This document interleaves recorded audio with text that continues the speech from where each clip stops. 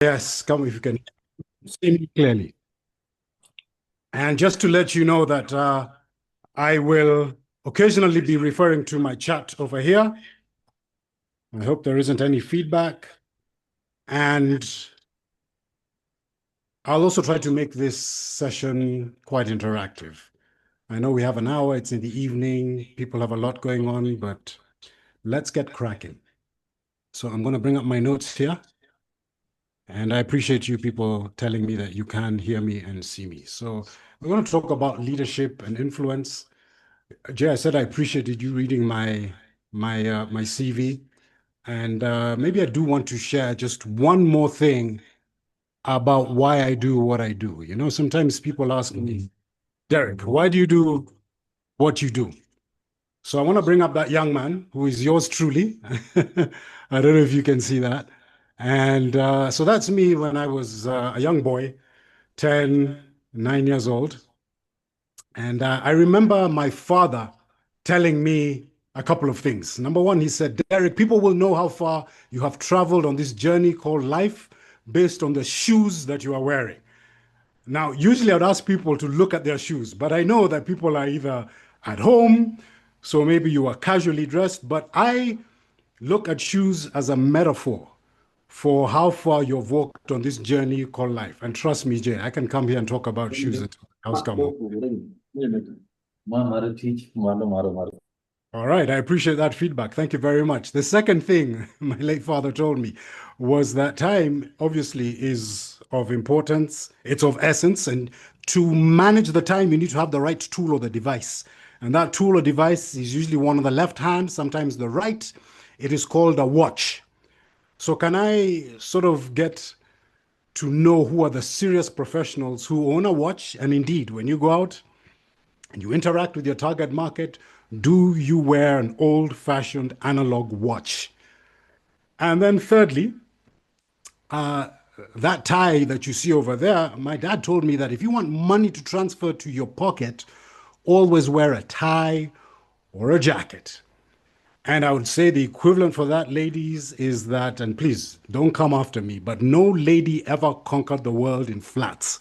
Now, listen, this session is not about wearing ties or indeed three-piece suits or having to walk around in stockings and high heels, but these are signs of influence connected to leadership.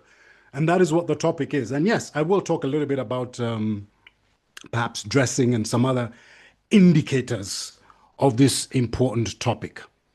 Just one more thing about me. And I realize that you cannot hear this, but I just want you to take a look at this visual. And I know for some, I'm not going to say most of you, you recognize this. So this is the opening credits for any Marvel comic universe movie. And I have always loved the superhero genre. I loved it when I was a young boy. Up until today, I cannot wait for the next iteration of the Marvel comic universe. And to me, these superpowers. So when I was young, the superpower I wanted to have, I wanted to be invisible. You know, for a number of reasons. My sister was on those old-fashioned rotary phones. So who was she talking to? I wanted to eavesdrop on that conversation. Or maybe my parents told me to get out of the room, you know, walinifukuza. And I wanted to be a fly on the wall to listen in on that conversation. And regrettably, in school, in class, I wanted to be at the back of the classroom and to be invisible. But fast forward these many years and look at what I do for a living. I have the most visible of careers. I am literally front and center, whether it is on a webinar like this, whether it is in a session. Yesterday, I was lecturing at a university with 50 students, or indeed some of the other activities I'm on. And to me, the superpower is to be seen, heard, and remembered for the right reasons. Seen, heard, and remembered for the right reasons. And that being seen, heard, and remembered is influence, ladies and gentlemen. And how this is linked to leadership is what we're going to talk about today.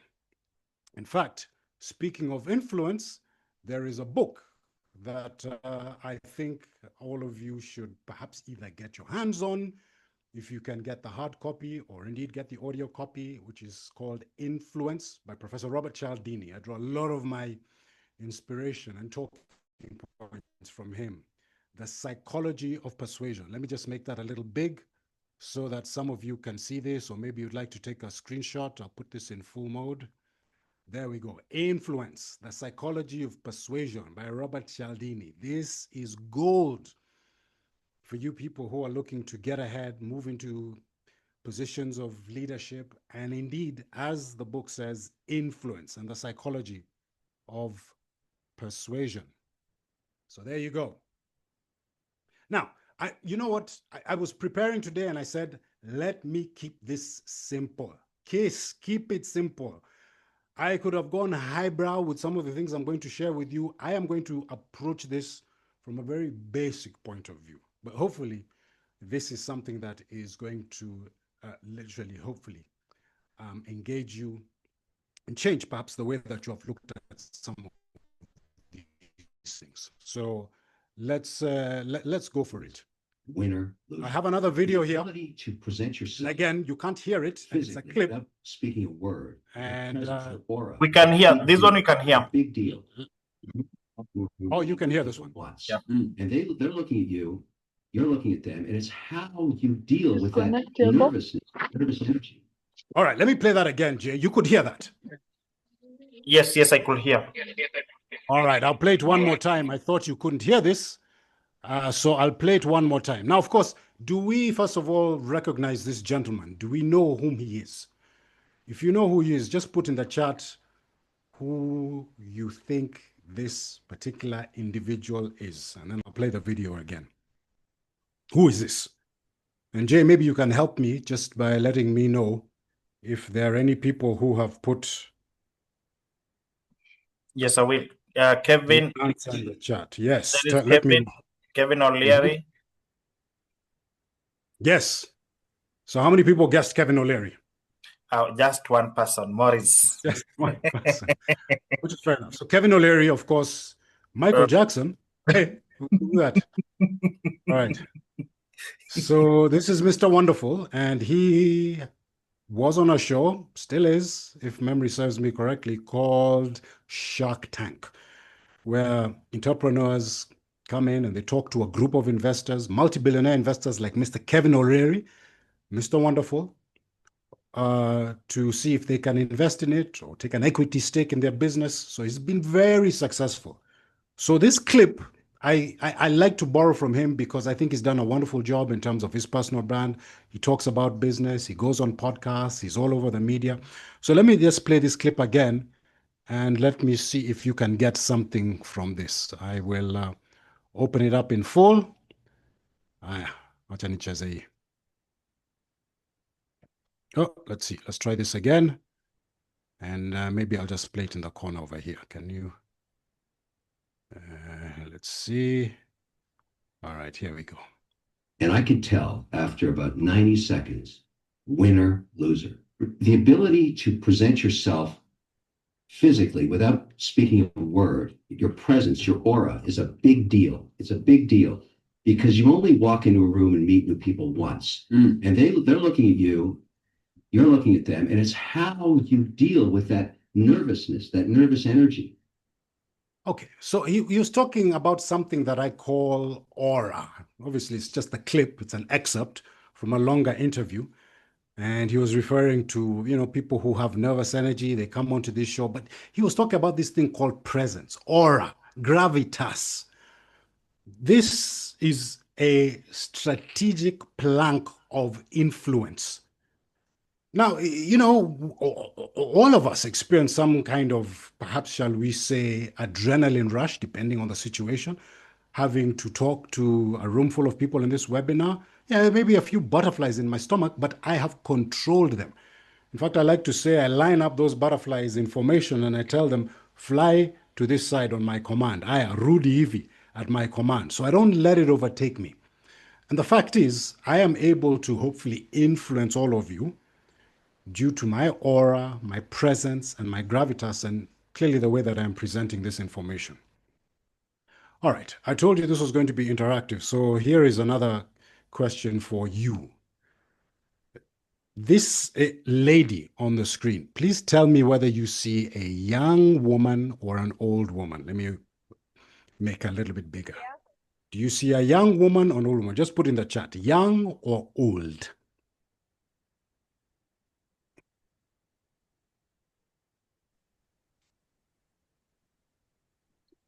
Okay, let's see what the chat is saying. Young, We have old. young, old. Mhm. Yes. Mm. There's a mix of all of them. Well, you know, this is a very simple optical illusion, and depending on which side you're looking, you can actually see an old woman. All right, I'm not going to point out her features, but there's certainly an old woman. Let me point at her like this. There's an old woman, and there's also a young woman, and you can see the features on the face. Now, I show this optical illusion simply to illustrate that what you're seeing, whether you're so young or old, or indeed both, is based on your perception. Perception is reality. That is your reality. So this business of influence is about creating a perception in your target market's mind, in your customer's mind, you know, in your student's mind. For example, if you're a teacher like me, creating that perception for your target market so that you can lead them where you want to take them. It's like water or milk that has been spilt on the ground. For example, let's take a look at the perception, hopefully, that I'm creating based on, for example, what I am wearing. All right, having this microphone here, having this sort of a background. All of this is not by accident. And I've been, you know, doing these webinars for quite some time. I know the perception that it creates when I do sessions like this in the mind of the other people. So for example, we can have the conversation, virtual background versus a realistic background in my sort of little studio over here.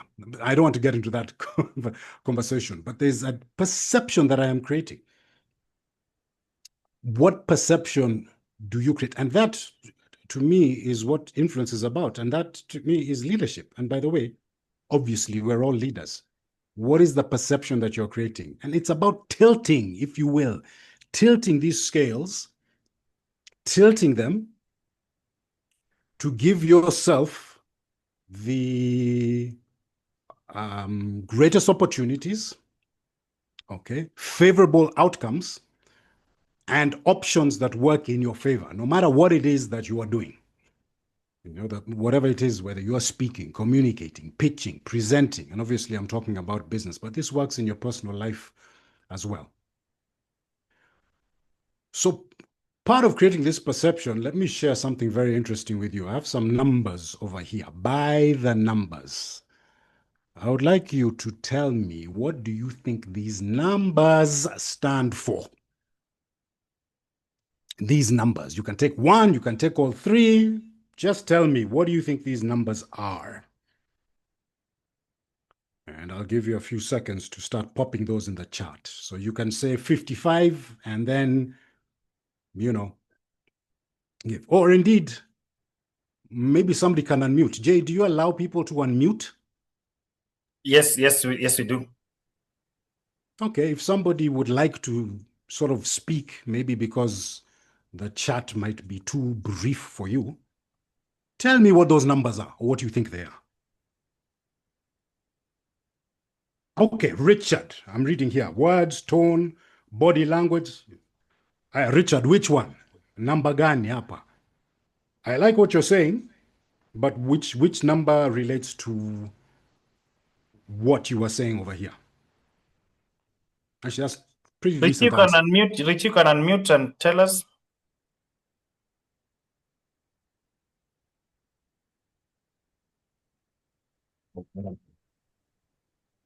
Okay. 55, the way you dress. 7 refers to the mind. 55 is words. I'm still a child.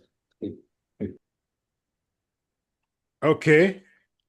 All right, thank you for that, Richard. You weren't very clear, but I appreciate it. Let me just read through some of these chat answers. The sequence from the beginning, 7 onwards. Esther Home says 55 body language. Nobat, 55 gesture, 7% IQ, 38 facial expression. I mean, you guys are in the ballpark. Ade, 7% refers to the mind, 35 words, 55 reflexes, movements. Sheila, 55, the way you dress and present yourself. Actually, this is not bad. This is not bad at all. So let me show you what I think these numbers are. And actually, I took the liberty of putting them there. I don't know, can you read that? Let me put it closer to the camera over here. Is the light too strong? The light might be a little bit too strong. 55% is body language and dress. And by dress, obviously, I'm referring to the clothes that you are wearing. Now, body language encompasses a lot. So it encompasses your gestures, your nonverbal communication, your posture, up to and including even your RBF, resting beautiful face. Micro expressions, micro gestures. 55%, and we're talking here, of course, of being able to communicate and hence influence your audience. 38% is the words. The voice, not words, the voice, your voice.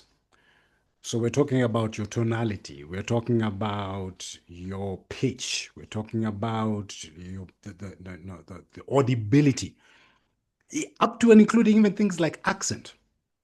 And then 7% is words, as some of you rightfully said. So 55, dress and body language, which is what we visually see. 38% is voice and 7% is words. Now, that's not to say that the words, that's 7%, or the message, let's say that you are pitching a product to Mr. Wonderful, Kevin O'Leary, because you'd like him to take a 50% stake in your business, that your words don't matter. But the assumption in this case is that what you're talking about makes sense. All right? After all, I could dress the part, I could look the part, I could sound the part, lakini nikifungua mdomo sumu inatoka. And people are like, this guy has no idea about his business. But we're assuming you do. But that 7% can be altered in those percentages by the fact if you don't have the rest of this also in congruency with that message, which is dress, body language, and voice. You can alter it, that message, that 7%, those words, by that percentage, or by these percentages here. So I hope everybody is clear about that. So let's dive into this a little bit more. And to me, part of this is, I refer to this as the BLT. Now I have a BLT up there on the screen, which is a picture of a sandwich. It's actually my favorite sandwich.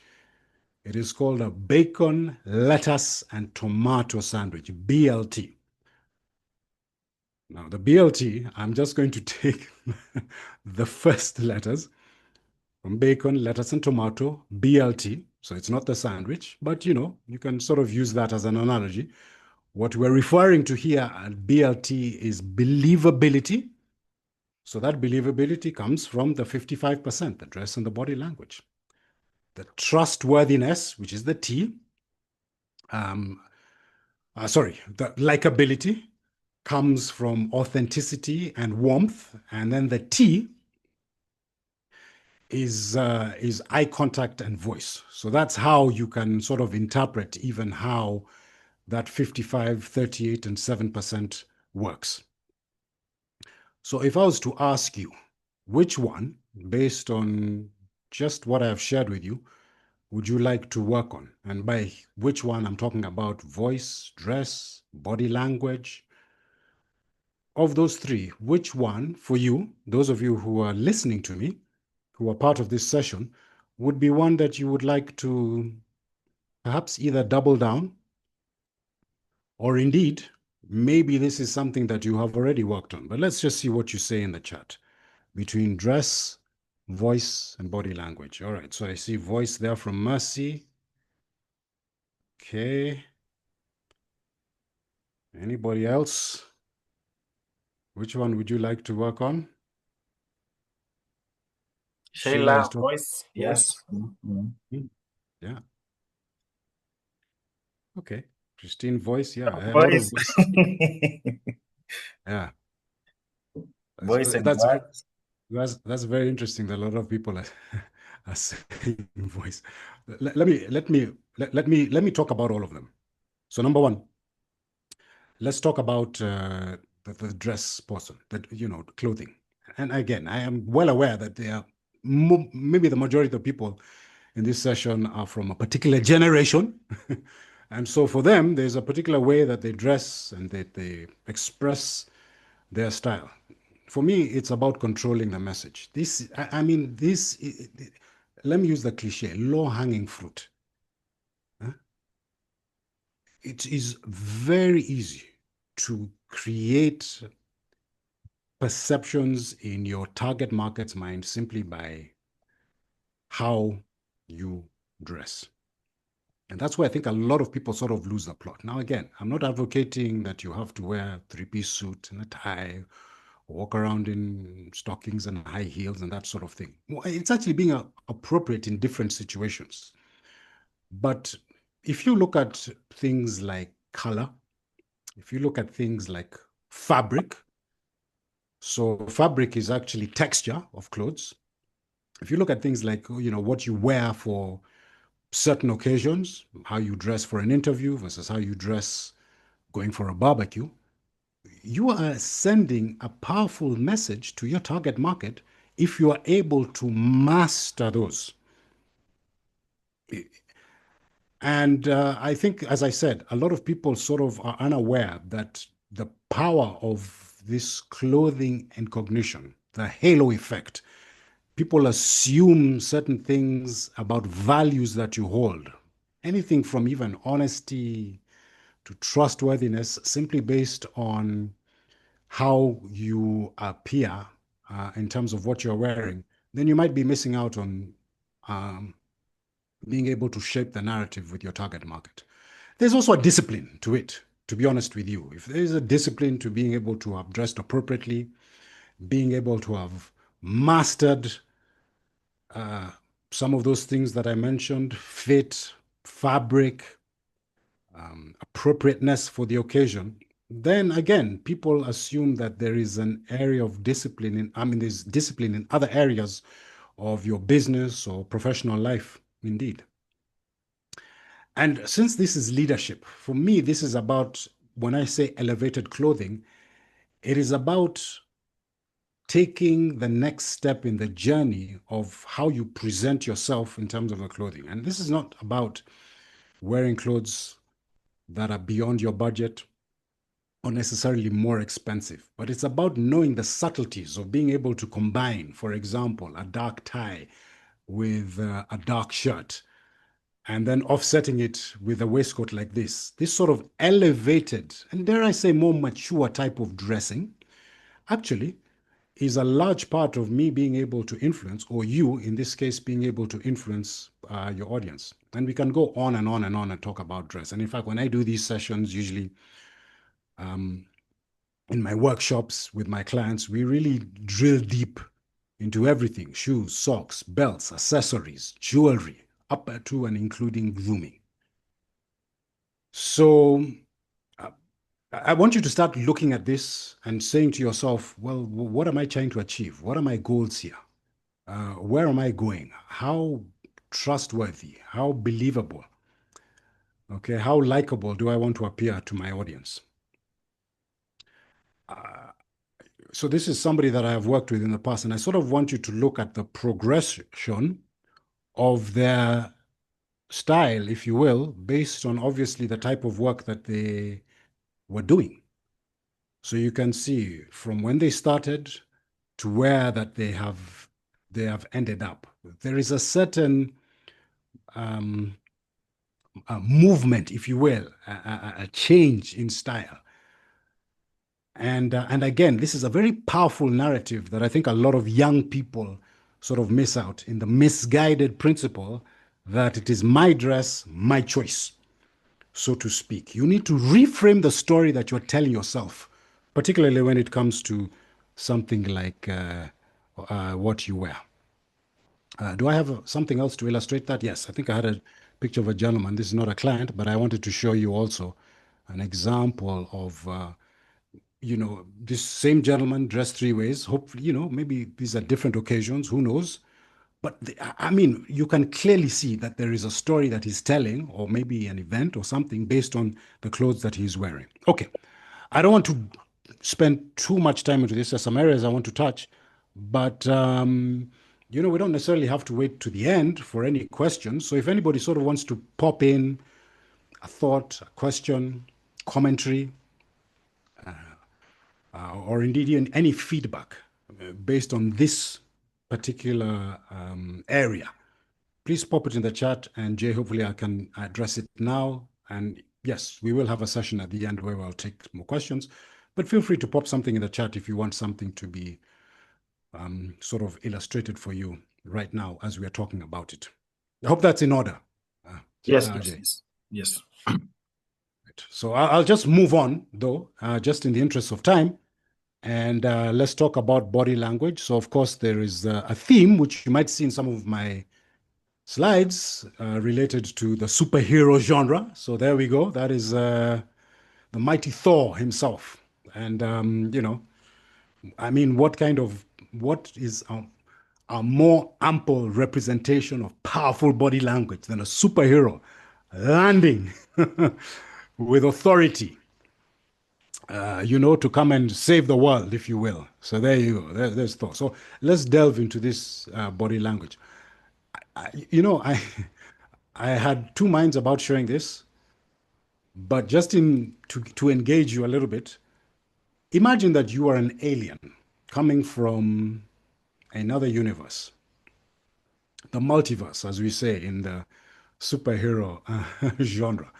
And you are told these are the three leaders of the three leading economies of the world.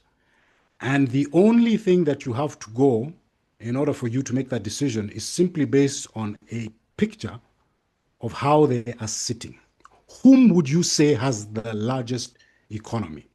So put it there in the chat. And again, this is just hopefully a humorous way of illustrating this. So which of these three would you believe is, I can see the answers coming in from the chat already. And you're simply making the decision based on a photo of their body language as they're sitting in a meeting.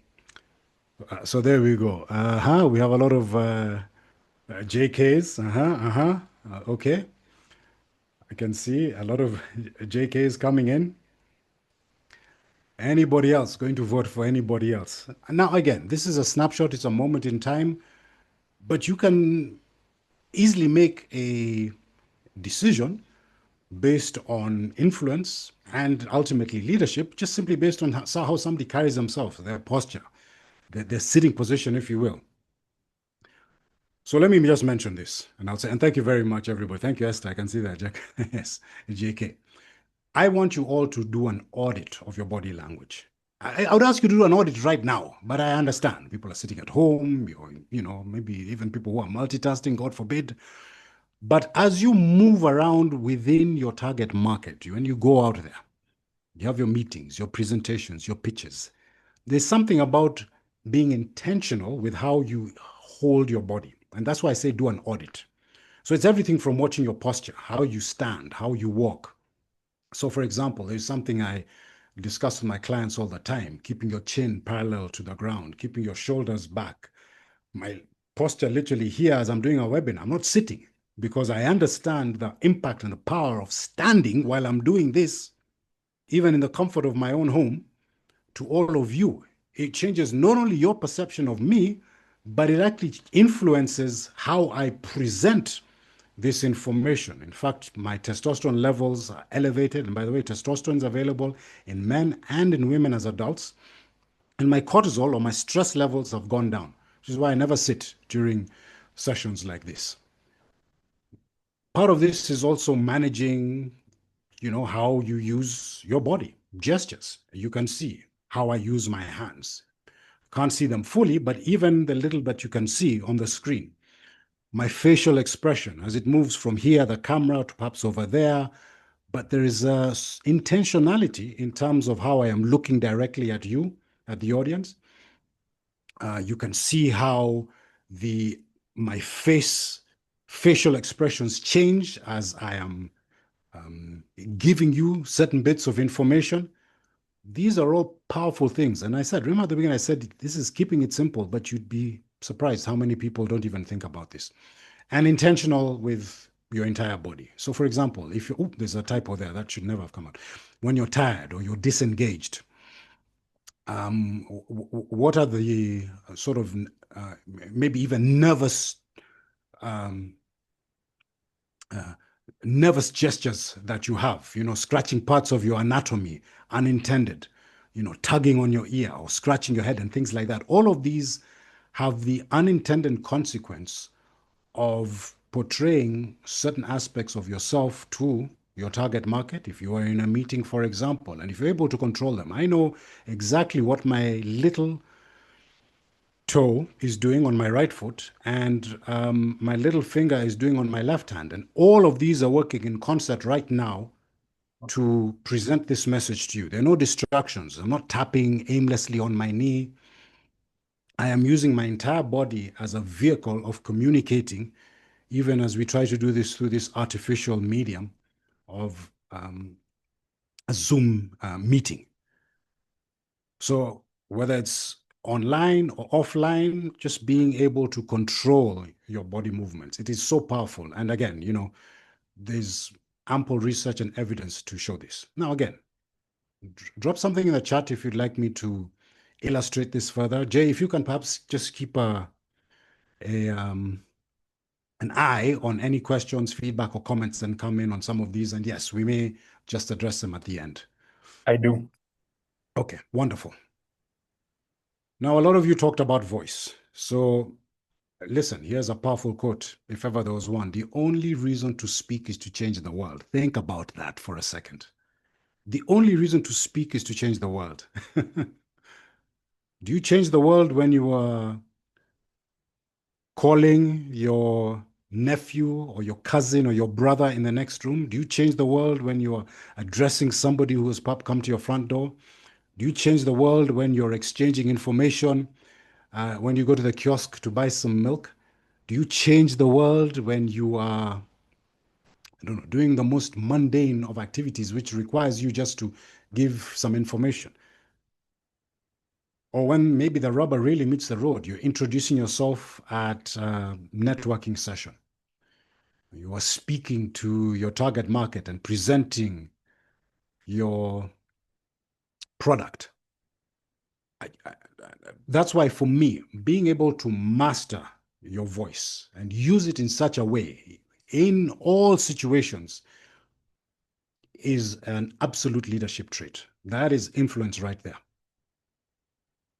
Becoming leader of the group, as that says.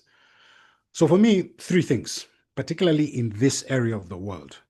Volume. A lot of us speak, cannot hear them. I am doing workshops and I have participants, and a lot of them will speak and you can't hear what they're saying. So I'm not saying you have to sound like, I don't know, a twirly at a Labor Day rally.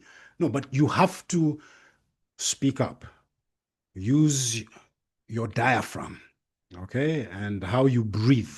And again, have fantastic exercises that we do when we sort of go into these sessions in more detail, up to and including different ways of reading certain bits of information. But number one, I would say for everybody, just learn to speak up and speak louder. Number two is to pace your voice. Again, my voice might sound slightly quicker only because I want to cover everything within the time that I've been given. But there is a certain pacing, pausing, indeed, to how I'm speaking. When I give an important point, you will notice my voice pauses for a second just to make sure that you have been able to absorb that information. I'm very deliberate and intentional with this, and this is something that I think all of us can do. In fact, I listen to Kenyan speak, and by the way, most Kenyans speak at 100 miles an hour. It's just going on and on and on like this. There is no deliberate use of pausing and pacing in order to be able to connect with whoever it is they may be speaking with. So something to keep in mind. And then when we talk of overall voice modulation, it is the variation in the voice.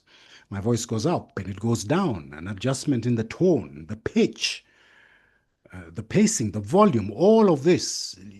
God has literally blessed you with a orchestra. It's not just one musical instrument, it is an entire orchestra of instruments, and being able to use that voice, all right?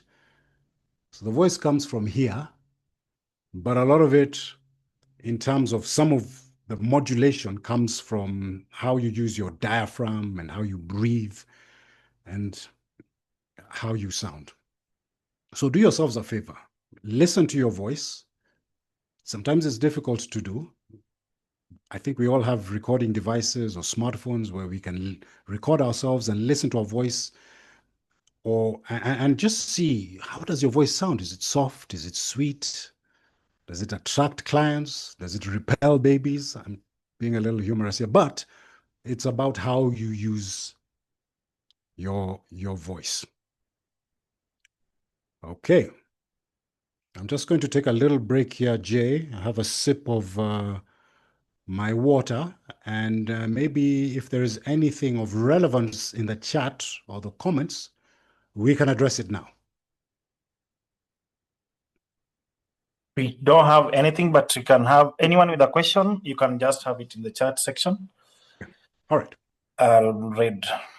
When about to do a presentation and to an audience, how do you ensure that butterflies are aligned? Okay. So I want you to imagine that it's a human condition. And the fact that you have butterflies shows that you care. If you have no butterflies, chances are you don't think the stakes are that high. Okay? Even for seasoned speakers. The question is how much, if you were to quantify those butterflies. Is it 10%? Is it 50%? Is it 60%?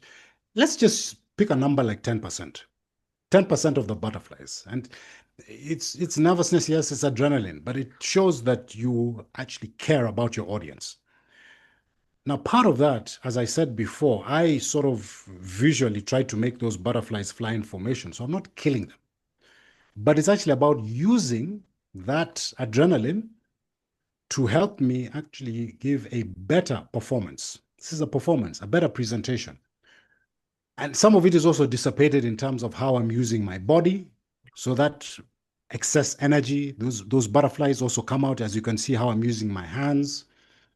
A lot of it is also dissipated in the modulation of my voice. So those are practical ways that you can, and obviously it is one thing to say, it is another thing to put it into practice, but I'm trying to give you sort of ways that you can look at or you can address that nervousness that you feel. And at the end of the day, this is a leadership position, standing up and speaking to people.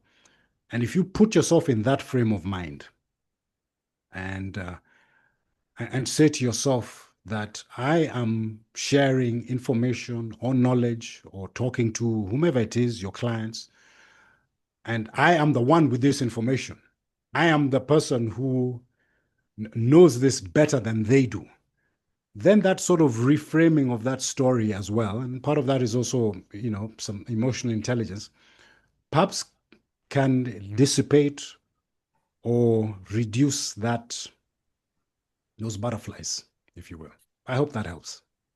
May I throw in something, Jay, on the question of the butterflies? And I've liked what our presenter said about let's have those butterflies, and I've liked it that make them fly in formation.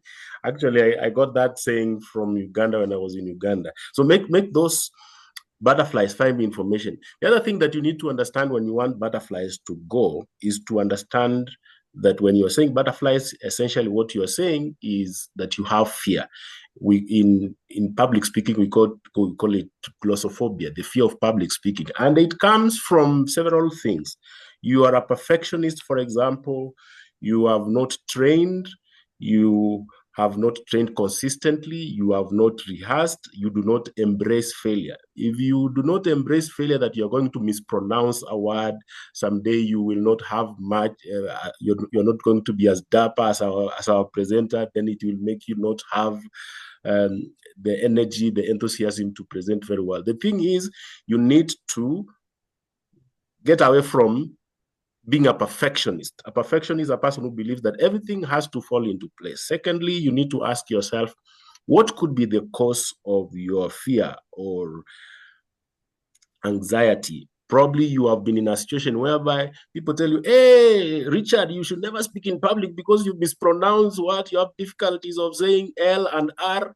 When you have such kind of crowds, they will make you not to do the right thing. The other thing is, you do not have a coach. You need a coach so that you can be able, they have skills. Like, for example, our presenter is well known for training people in public speaking. You should have a coach so that they will guide you. They give you principles and ingredients of overcoming those butterflies. Butterflies is just a euphemism for fear. How fear. Also have a mentor, also have an accountability partner in public speaking. Those are the few tricks I also use in training people in public speaking. But get out of that area that you not make, as our presenter said, even the most accomplished speakers make mistakes in speaking. So briefly, those are the tips I could also like to put into the discussion when you want to overcome the fear. Yes, you can overcome because it's a learned behavior. The butterflies are actually learned from the environment or our own programming. Okay, all right. I really appreciate your contribution. Very powerful. And there are different ways of skinning a chicken, if you will. And some of what you were saying, sure, things like preparation. And in fact, have you ever seen a headline in a newspaper that said, man or woman killed for giving a poor presentation or for saying L instead of R?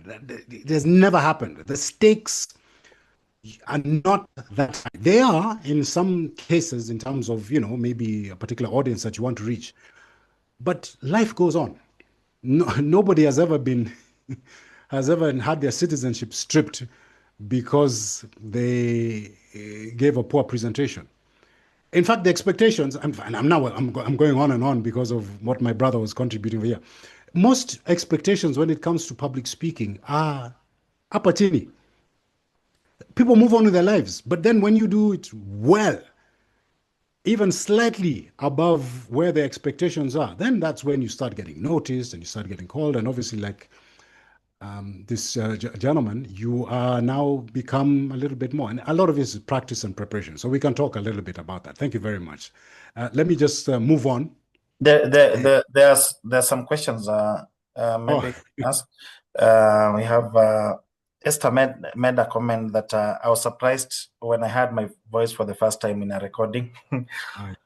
Then as a lady, when having a conversation while standing, is it courteous to cross my hands at the back? If not, what is the best posture? So I think in terms of hands, you sort of just want to gesture naturally. I'm never going to choreograph somebody's body language when they're speaking.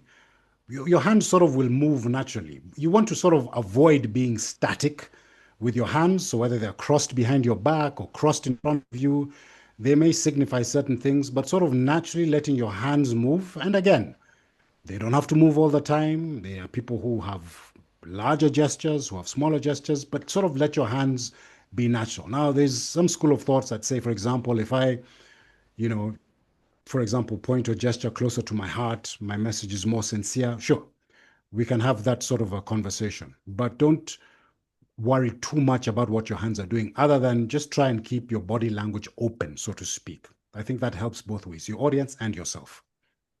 Sure. Then the last one is, please expound more on the 7%, because I believe for you to speak, you need to have aligned the knowledge and ideas in order to give out a powerful speech. Okay, so when we talk about that 7%, the words, in the context of what I was talking about, I was showing that a message can be influenced if you are perhaps dressed inappropriately or your body language is not in sync with what you are saying, and you simply don't have the voice for it. So it's not that the message is irrelevant, and that's sort of like an entirely different conversation. How do you put together a message? How do you put together a presentation? How do you use stories? We can do all of that. When I do my public speaking training and skills, as my brother knows over there, we go through all of that, how to structure a message, openings, closings, the whole works. But in the context of this, I was just showing you how powerful these other areas are in terms of influencing that message, which could be structured right if you are unaware of how large a percentage they play in presenting a message. So Jay, with your permission, let me just move on because I want to make sure I've covered all of this in the time that we have. And then I will address hopefully all the questions after this, and even if it requires us staying on a little bit longer. But I just want to make sure there are a few key points I want to put across to your audience, if that's in order. That is in order. Yeah, in fact, this is, I wanted to ask people if you were to look at your body, which has all of these cells, your skin, your hair, your nails, how many cells do you think there are in the human body?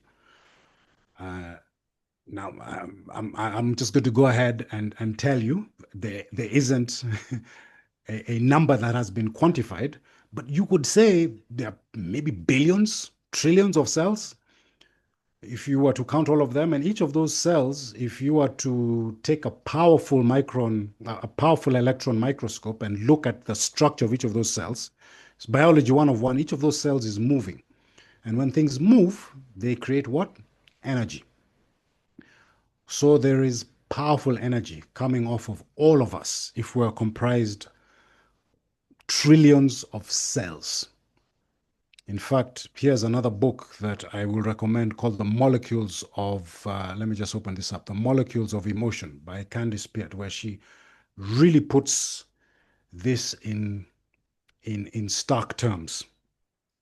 Now, what she's actually saying is that this energy can be modulated, can be changed, can be affected by your mood, your feelings, and your emotions. And I'm using those terms interchangeably. Technically, they're not, but for the purposes of what I'm trying to illustrate, your emotions can affect the energy that you give out. And you know it. Somebody walks into a room and people say, "Tulikuwa tunaenda," because that person brings in negative energy, versus the person who walks in and the room lights up. So let me ask you, have you ever worked with somebody who had that positive energy? And in this case, I'm actually going to refer to a boss, a leader. Could be a teacher, it could be a mentor, somebody that you have worked with in a professional capacity, that you worked with, but they had a leadership position. And that's why I'm saying the best boss that you can think of. I just want you to think about that person. And if you can just put in the chat there, how would you describe how you felt being around that person? Not what they did, but how you felt working with this person, referring to them, going the extra mile, hopefully for them. Just put a one word about how you felt. And it could be somebody in the past, or obviously somebody that you are presently working with. How did it feel being around the best boss? All right, let's see what the chat says. Yeah, they made you feel powerful, energized. Thank you, Michelle. Yeah, they made you feel a whole lot of things. Motivated, Kiki, absolutely. Sure. Now, yeah, thank you. Confident, appreciate that. Comfortable, another motivated. Thank you, Judith. They made you feel all of these things. That stands to reason, right? Appreciated. Thank you, Milka. Now, I'm going to take it to the dark side and ask you, have you ever had the unfortunate circumstance to have worked with somebody who, shall we say, is challenging? All right? It could be the worst boss that you have ever had the, like I said, unfortunate circumstances to work with. And if I was to ask you the same question, how did it feel working with somebody who was very challenging? What are the feelings that you felt? The feelings that you felt? How would you describe how you felt working for somebody who's inadequate? Thank you, Esther. Overwhelmed, pressured, drained, Wabwire. Thank you. Yeah. Tired, Kiki. We've all been there. Intimidated, stressed, and so on and so forth. Again, this is an activity that we can do all night. Now, as we think about those two different bosses, I'm going to encapsulate them in this sort of statement. The way you show up, the way that boss showed up, and that showing up was maybe how they spoke to you, maybe how they greeted you in the morning, maybe how they responded to you after you worked on a project. That was them showing up in all these different circumstances that you are with. Affects the way people feel. Some of you were motivated, some of you were depressed, some of you were drained, some of you felt powerful. And that feeling affects the engagement that you had with that boss or with that person. Now, obviously, you can flip this around and look at this yourself. You don't have to be a boss, quote unquote, a boss. But how do you show up in these circumstances when you are with whatever audience it is? Showing up to speak at a webinar, showing up to take your customer through your inventory, showing up to your colleagues at work when you are representing your company at an activation or a golf tournament.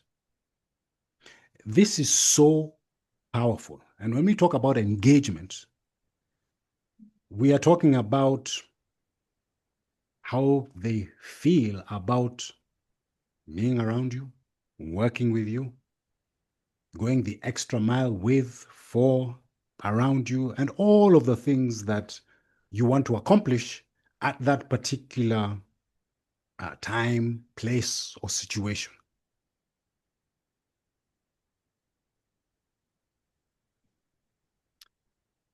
This is about creating an emotional climate, an emotional environment, a psychologically safe area,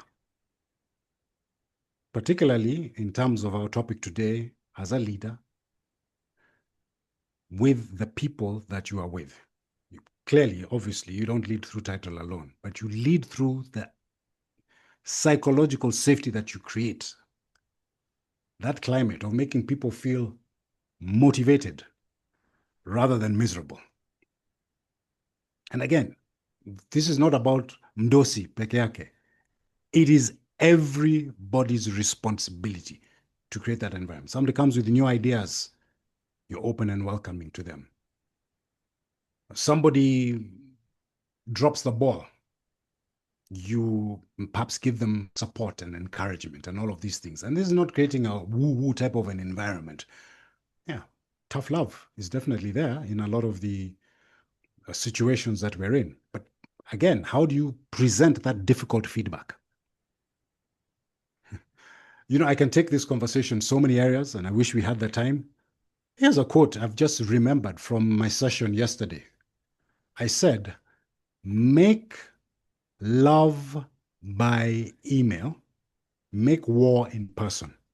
Now, what I was referring to, before you get the wrong idea, is I was talking about how your emails, we were talking about how you can make your emails professional. And I said, listen, if you want to tell somebody they did a good job, obviously you can tell it to their face. But if you document it, say, for example, an email or a WhatsApp message and said, hey, you know what? You really came through for us with that. Thank you so much, Judy. People tend to remember that and obviously keep that.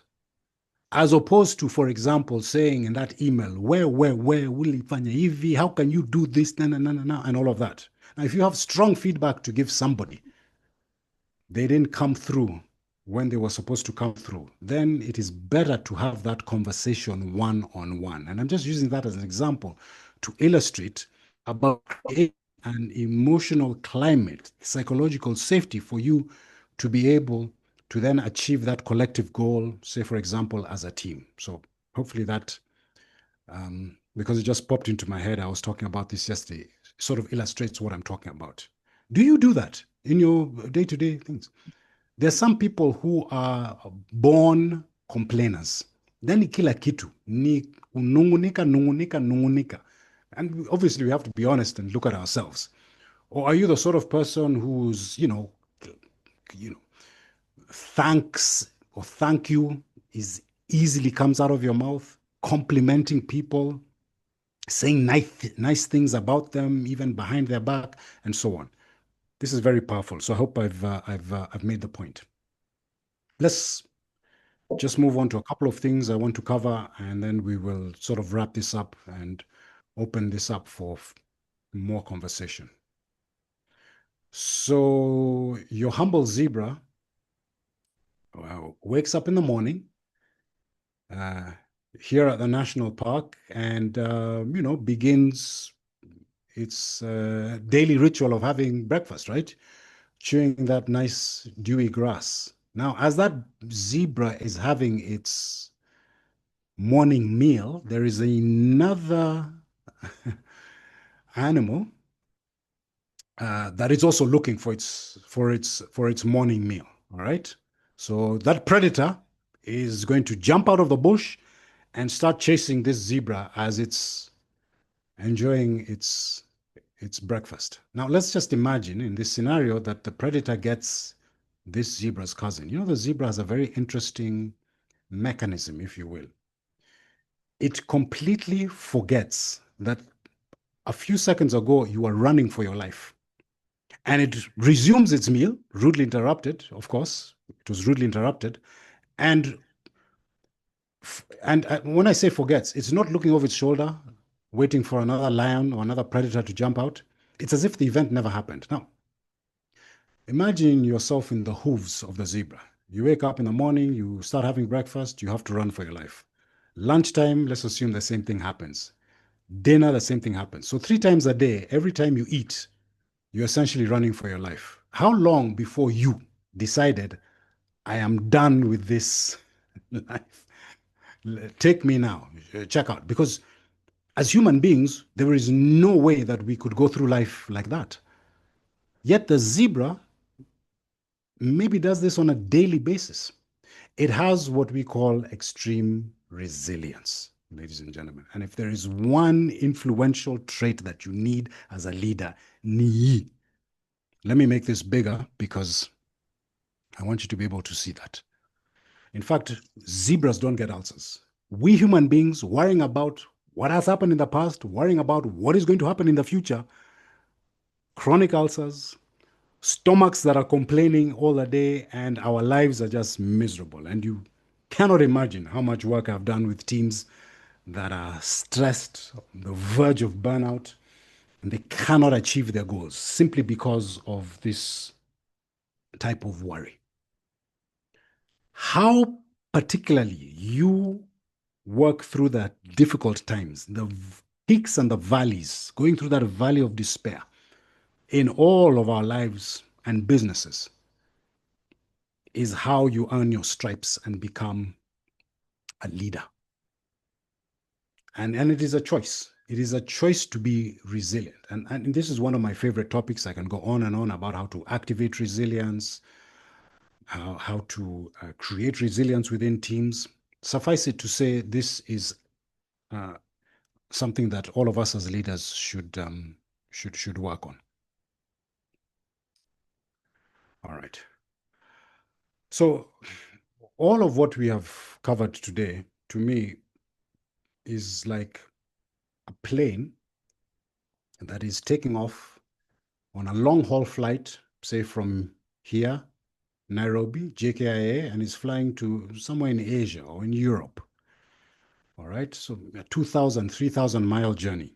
Right? The plane takes off, and if you know that most of these planes, the majority, I would say all of them, are flown by radar. The pilot's job is just to take off and land the plane. The rest of the time, he puts on the radar, he directs it in a particular, and he's like a passenger, like the rest of us.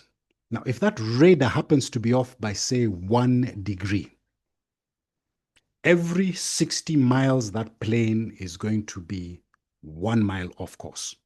So I hope that makes sense. It is 1 degree off course. It flies 60 miles. It is 1 mile off course. Another 60 miles, 2 miles off course. Another 60 miles, 3 miles off course. So if you were to do the math, a plane flying from here to somewhere in Western Europe is actually going to do a complete revolution and turn around and land back where it took off from. And that is the analogy of not working on some of these things, creating this type of influence. It's a little bit. Every day that you're not creating that sort of environment for your teams, every day that you present and you speak and communication and you're not getting your message through. That, maybe not by much, the scales are tilted, not in your favor. But after 3 months or 6 months or 7 months or 1 year or 2 years, where is your career? Where is your business? Where is your leadership? It is back where it started. You have not moved on. So what I'm trying to tell you, it's these little things every day, dressing appropriately every day, being able to master. And again, I'm not saying you have to wear a tie, but my ability to put on a tie in 2 seconds is something that I have done over and over again for so many years that it has become part and parcel of my brand. It is how I present myself. It is my brand. It is what I want the perception of my target market to see. But that part of dress for me has tilted these scales permanently like this because I'm also consistent with it. So you can take all of the things we talked about: body language, dress, voice, resilience, creating that sort of emotional climate, and use that power of influence to strategically tilt things in your way for leadership. All right, guys. Please tell me, based on this short time that we have spent together, what have you either learned, or relearned? I should use the power of 3, which is another, technique in public speaking, but I've just given you 2. What have you either learned or relearned as a result of our conversation today? Pop it in the chat, and we can then perhaps take some questions before I'll give you my final thoughts or slide. Now, as they share, let me read some of the questions. Can how we feel about others affect the selective perception? All right, Jay, if I heard that correctly, can how we feel about others affect I think I missed that. Selective perception. Selective perception. Yes. Okay, I think I'm trying to understand what this person is asking. I think we can have Judy unmute and then ask the question, maybe. Judith, as Judith prepares to do that. Yes, Judith. Like, can how we feel about others be affected by maybe our selective perception regarding them? Okay, so let me maybe attempt to answer what I think you are asking. So for me, just generally, as a human being who is in this space that I am in, I tend to think the best of people before they prove me wrong.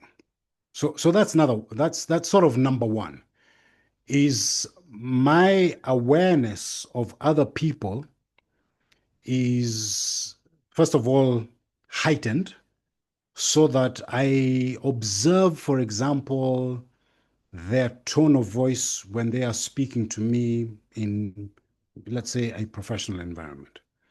Or I am aware of certain changes or shifts in their body language as we are having a conversation. That then informs me in terms of my response, and first of all, employing my listening skills. So, for example, God gave us 2 ears and 1 mouth, and they should be used in that proportion. So even as I'm talking to a customer or a prospect, I am not just speaking about my business and what I can do and how I can help you. I am looking for clues to tell me which direction should I take this. Do I need to employ another story? Do I need to maybe ask more probing questions? So what I'm trying to tell you is that have that third eye, if you will, that is very keen on what your target market, how they're acting, what they're saying, the words that they're using, the questions that they're asking, that then informs you in terms of adjusting how you then either respond to them or act. Hiyo imekusaidia? I hope. I think that's what you were trying to ask. That was my understanding of your question. Then Norbert asked that how do different types of personality affect our leadership and influence? Well, I mean, there's a myriad of personality tests that you can take, across the board.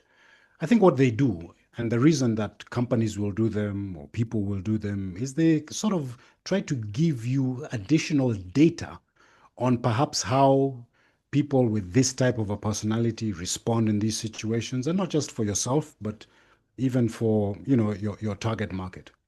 What you want is you want to have as much available information as possible about yourself, first of all. So that is heightened self-awareness. I know this is how I am in these situations. This is what I need to be aware of. These are my trigger points based on obviously your personality, so that you can then catch yourself before you wreck yourself. I know, for example, matatus are the bane of my existence. And I prepare myself every time I go on a road, because I know matatu is going to cut me off in traffic or jump the traffic lights, and I'm going to feel some type of a way. But rather than lose myself in the moment, I'm already aware of that being a trigger point. So I then employ certain things, distancing, reframing the story of that matatu driver, so that I don't act in a way that is counterproductive to what I'm trying to achieve. Thank you. As a leader, how do you deal with an employee who complains over everything? I'm going to tell you something that might surprise you. It is your fault. The employee who is constantly complaining, and maybe complaining for not a legitimate reason, is your fault. And what I mean by it is your fault, it is about you taking extreme ownership for the actions of somebody else, whether it's an employee complaining or a boss who is unfair. If you take ownership of how you feel when that employee complains, or the employee complains, or the boss being unfair, or you never getting the right breaks, then you can, even in the most difficult of circumstances, go through them or actually find ways of dealing with that type of an employee. Viktor Frankl, who was, for those of you who might know, was a Jew who went through the Holocaust, survived the most atrocious of human conditions. But he was able to forgive his captors, deal with going through that atrocity because of how he reframed the story of the unbelievable fairness of being in that story. So if somebody can go through that, where people are being killed simply because of being a particular religion, then how hard is it for you to deal with an employee who is complaining? And again, when the rubber meets the road, there may be legitimate reasons, but it's an opportunity for you then, rather than say, huyu jamaa all the time ananisumbua, just say, okay, let me think a little bit about this. And instead of feeling that it is unfair, think that maybe there is something to what he's complaining about. Or maybe I can sit down with him, extricate him from that situation. Or maybe I can ask somebody else to talk with him. I mean, there's so many ways of dealing with that situation. But rather than look at that situation and feeling it is unfair, feel that, okay, maybe this is a challenge that I would like to be able to overcome, and actually turn this employee around so that he becomes the best employee instead of the complaining employee. You see that subtle shift? Yes. Yeah. Thank you so much for that. I can see Angela has also responded and said that there's a free course I'm pursuing offered by Cornell University called Take the Lead. Check it out. It handles this so well. Then from there, we have had people talk about what they've learned today. Wabwira says that I've learned to make love by email and make war in person. Thank you for this. Resilient and consistent in our dress code by Pauline. Mercy says that I've learned recorded compliments can go a good way. I've relearned resilience is key. How I show up dictates how I will be received. Energy is key. The Esther says that I've relearned the importance of body language and being resilient and learned to make love by email. I've learned, Michelle says that I've learned that everyone's responsibility to create a psychological safety, then learn to audit my body and language. That is all from the chat section. Wonderful, wonderful, Jay. All right, I can see that it is definitely past 9. So let me just give you my final takeaway, which is a quote by Barbara Walters, who is a journalist of note. She's no longer with us, but she really broke glass ceilings when female journalists were not supposed to. She was a trailblazer. She said, "It is not too melodramatic." You know the definition of the word melodrama? It is over the top, like a Nigerian movie. She says it is not too melodramatic to say that your destiny is where you are going to end up in life. We are all marching to an inevitable end. And we're writing this epitaph that is going to be put on our gravestones. That's your destiny. Hangs on your influence. So what do you want them to say when, as I said before, we reach our inevitable end? Is this somebody who changed the world? Or is this somebody who was a follower? So I'll leave you with that and my contact information for those who'd like to reach me directly. I like platforms like LinkedIn.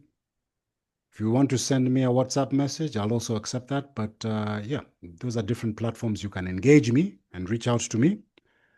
And I want to see everybody at the top. Jay, back to you, Anna. Thank you so much for this opportunity.